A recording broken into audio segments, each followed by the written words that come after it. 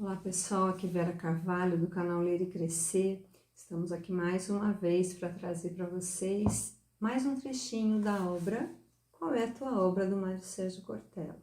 Estamos caminhando aí para a reta final do livro, último capítulo falando de ética, segunda parte desse capítulo extremamente interessante só pelo título. Olha lá, os antiéticos e os aéticos. Você conhece essa expressão? Vamos aprender juntos?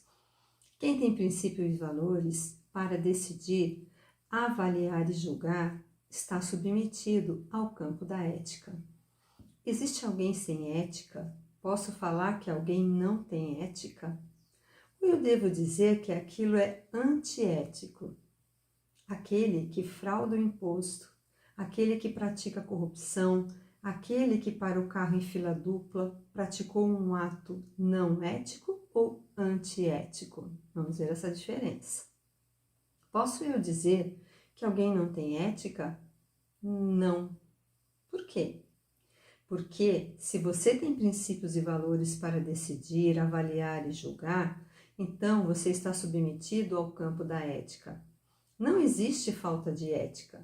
Essa expressão é equivocada. Talvez o que se queira dizer é: isto é antiético, algo contrário a uma ética que esse grupo compartilha e aceita. Posso dizer que um bandido tem ética? Posso. Ele tem princípios e valores para decidir, avaliar, julgar. O que eu posso dizer é que a ética que ele tem é contrária à minha e à sua. Então, é antiético. Não confunda aético, isto é, aquele a quem não se aplica a questão da ética, tá? Com antiético. Vamos continuar. Existe algum tipo de ser humano que eu posso dizer que é aético?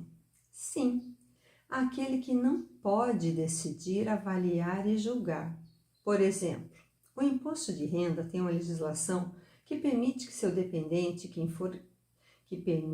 seja seu dependente quem for incapaz.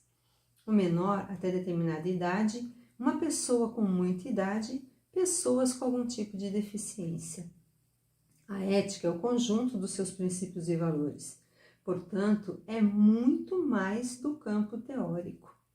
A moral e a prática é o exercício das suas condutas. Eu tenho uma conduta no dia a dia, chama-se conduta moral. A ética são os princípios que orientam a minha conduta. Do ponto de vista teórico, ética e moral não são a mesma coisa. Estão conexas. Eu posso dizer que algo é imoral, mas não posso dizer que é aético.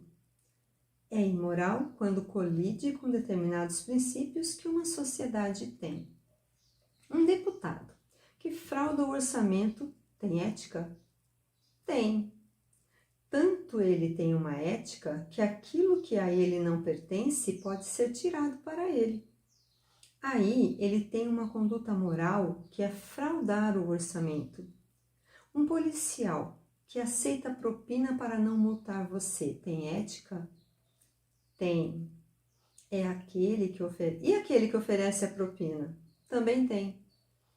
Toca o seu celular. É a sua esposa ou o seu esposo que está no consultório médico e precisa fazer uma pequena intervenção cirúrgica. A enfermeira acabou de fazer a ela a seguinte pergunta: com recibo ou sem recibo? E ela está o consultando sobre a resposta. Você responderá a isso de acordo com seus princípios e valores. Portanto, existem morais particulares, mas a ética é sempre de um grupo, sempre de uma estrutura maior, porque não existe razão para você ter princípios de condutas e valores se você vive só. As situações em que você tem de decidir sim ou não o colocam num conflito. Uma palavra que designa conflito ético é como falamos antes, dilema.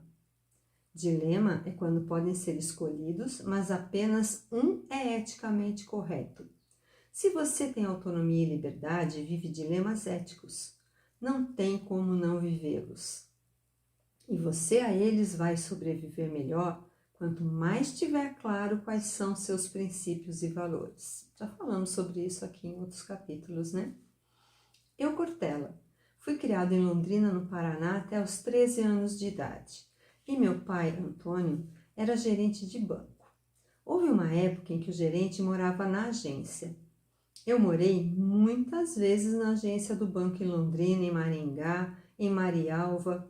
Até certa idade, meu lugar de brincar no banco era dentro do cofre. E houve uma época em que não havia transferência eletrônica e era tudo dinheiro vivo. Portanto, o cofre era grande.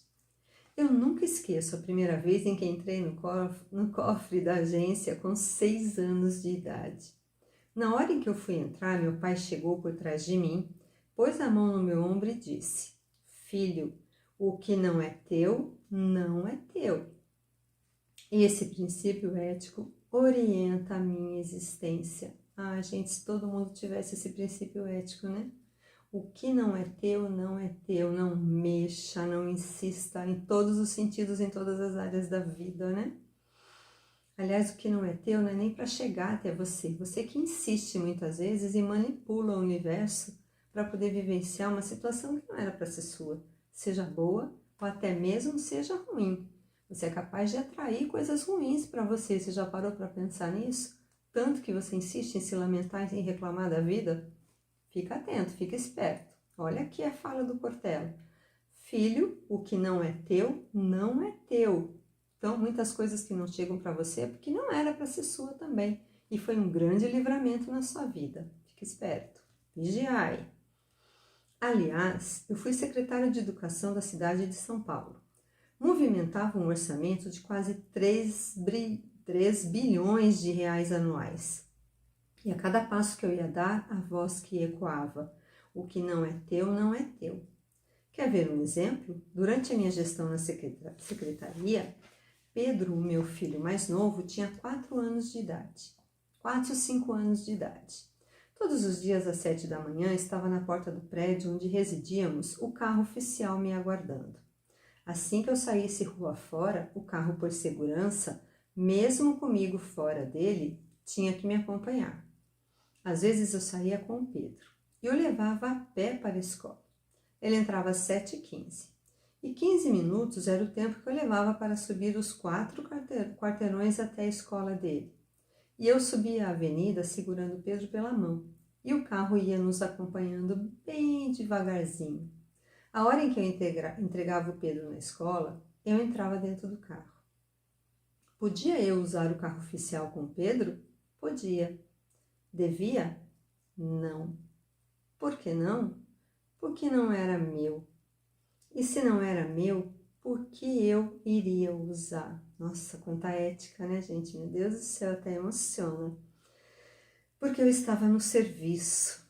Ah, como isso é muito específico de Cortella, né? Ah, se todos tivessem essa ética, meu Deus, esse país seria uma bênção.